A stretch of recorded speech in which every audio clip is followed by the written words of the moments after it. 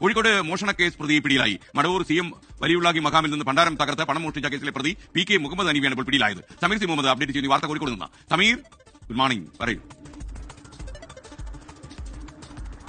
Good morning. മലബാറിലെ പ്രമുഖ തീർത്ഥാടന കേന്ദ്രമാണ് മടവൂർ CM വലിയുള്ളാഹി മക്കാം. അവിടെ നിരവധി പേർ എത്തുന്നു. അവിടെ ആ ഭണ്ഡാരത്തിൽ പണം നിക്ഷേപിക്കാറുണ്ട്. അങ്ങനെ അവിടെ വന്നുകൊണ്ടിരുന്നവരിൽപ്പെട്ട ഒരാൾ തന്നെയാണ് ഇപ്പോൾ അവിടെ മോഷണം നടത്തിയിരിക്കുന്നത്. കഴിഞ്ഞ ദിവസമാണ് മോഷണം നടന്നത്. അതുമായി ബന്ധപ്പെട്ട് ഇതിന്റെ മക്കാമിന്റെ ഭാരവാഹികൾ പോലീസിൽ പരാതി നൽകിയിരുന്നു. കുന്നമംഗലം പോലീസാണ് കേസ് അന്വേഷിച്ചത്. അതുമായി ബന്ധപ്പെട്ട് CCTV ദൃശ്യങ്ങൾ കേന്ദ്രീകരിച്ചുണ്ടായിരുന്നു പോലീസിന്റെ അന്വേഷണം. ആ അന്വേഷണത്തിലൊടുവിലാണ് ഇപ്പോൾ കുന്നംപുറം സ്വദേശിയായിട്ടുള്ള PK മുഹമ്മദ് ഹനീഫയെ പോലീസ് അറസ്റ്റ് ചെയ്തിരിക്കുന്നത്. ഏകദേശം 1 ലക്ഷത്തോളം രൂപയാണ് അവിടെ നിന്ന് മോഷ്ടിച്ചത്. അതുമായി ബന്ധപ്പെട്ട് പോലീസിന്റെ പ്രാഥമിക തെളിവെടുപ്പിനിടെ 42,000 രൂപ ഈ പ്രതിയിൽ നിന്ന് കണ്ടെടുക്കാൻ കഴിഞ്ഞിട്ടുണ്ട്. ബാക്കി തുക കേന്ദ്രീകരിച്ച് പോലീസിന്റെ അന്വേഷണം തുടരുകയാണ്. എന്തായാലും CCTV ആണ് അന്വേഷണ സംഘത്തിന് ഏറെ മുതൽക്കൂട്ടായത്. അത് കേന്ദ്രീകരിച്ചുള്ള അന്വേഷണത്തിലൂടെയാണ് മുഹമ്മദ് ഹനീഫയുടെ അറസ്റ്റ് പോലീസിന് രേഖപ്പെടുത്താൻ കഴിഞ്ഞിരിക്കുന്നത്.